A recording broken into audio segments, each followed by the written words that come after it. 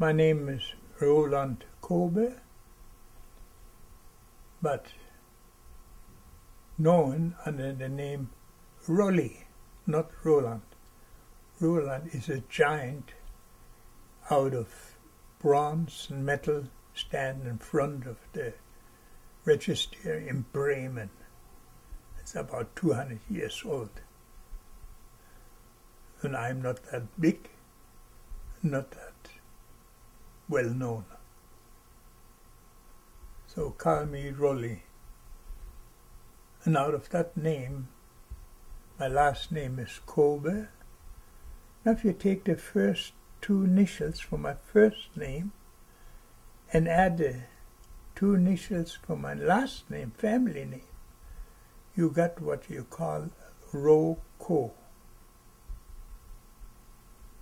And that will be my name we will use. And using the name, you always have to think that a customer has to repeat that name, so it has to be very short. And using my two initials from the first and the last name, Roko, had a good sound to it, easy to remember, and I was hoping it would be respected by the public, and it was. That's how the name Roko Service got incorporated.